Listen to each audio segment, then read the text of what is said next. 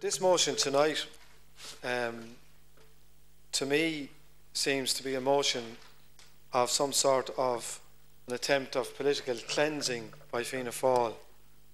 They are attempting to clean the slate for what they have done to the country and hand it over to the current government and all of the ills that they brought on this country, and basically tell us it's over to you now, forget what happened for the last 14 years and more particularly the last 4 or 5. Don't blame us for any of it, but you get on with sorting it out. Well, we have every intention of doing that, Cathaoirleach. And as all other speakers have said, we've done a fine job at it in the first 12 months. Fianna Fáil want to clean their political soul tonight. I suggest if they do that they should go down and have a dip in the Liffey and maybe stay there for a long time, because it will take a long time for to cleanse the problems and the sins that are on the soul of this country as a result of their activities. What about Clonmel? This country and this government has seen an action plan for jobs be brought in by the government. It has seen a Pathways to Work initiative. It has seen the internship scheme. It has seen massive direct investment in the last couple of months alone into the country, and we were still only 1 year in government.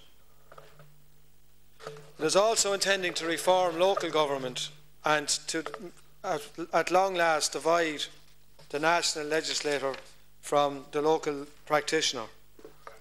That was talked about by Fianna Fáil for nigh on 25 years, and still nothing was done about it.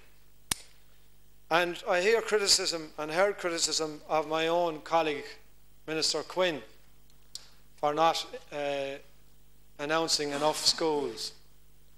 Well, I have to say that the communities who are receiving schools are most grateful across this country, including my own town of Carrick-on-Suir, where the Fianna Fáil government ignored the pleas for 20 years for the provision of a new VEC school, where the students in that school are spread across 3 different buildings across the town. They are glad that Labour and Fine Gael are in government and that they're going to provide this school at long last.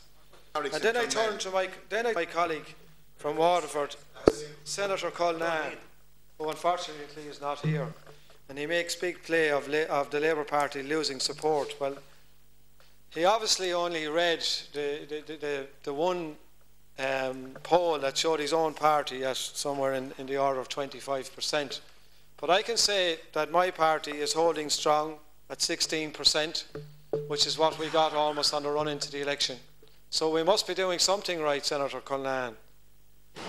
He also tells us that they're not telling people to resist from paying the household charge.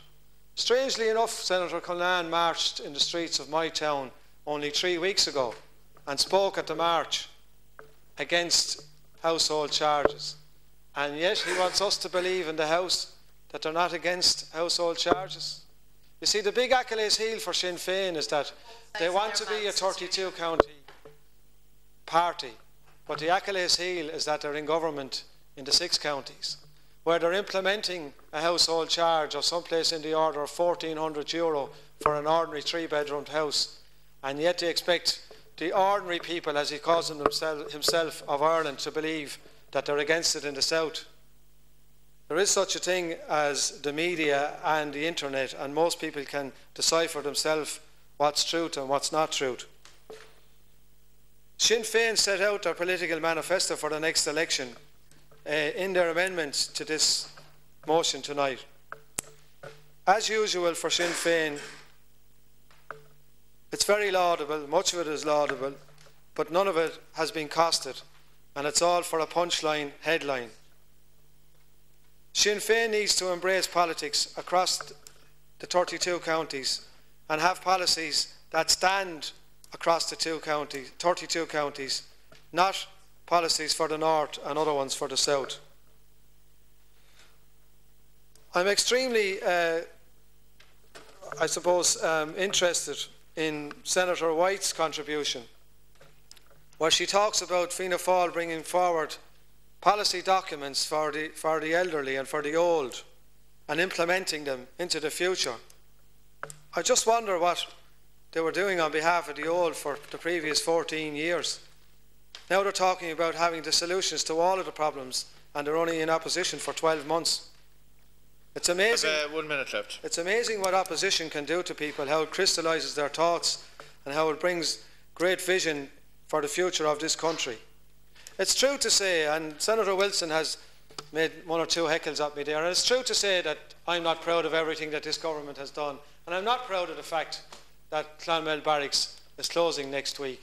And I'd be very sorry, and I will be there to see the walkout on the 26th of March, which is next Monday. I did serve in that barracks, and it has a great pride of place in South Tipperary. And it was done against an economic background. As you well know, Senator, we discussed it many times. What savings will be made? Senator, you well know we've gone through all of this.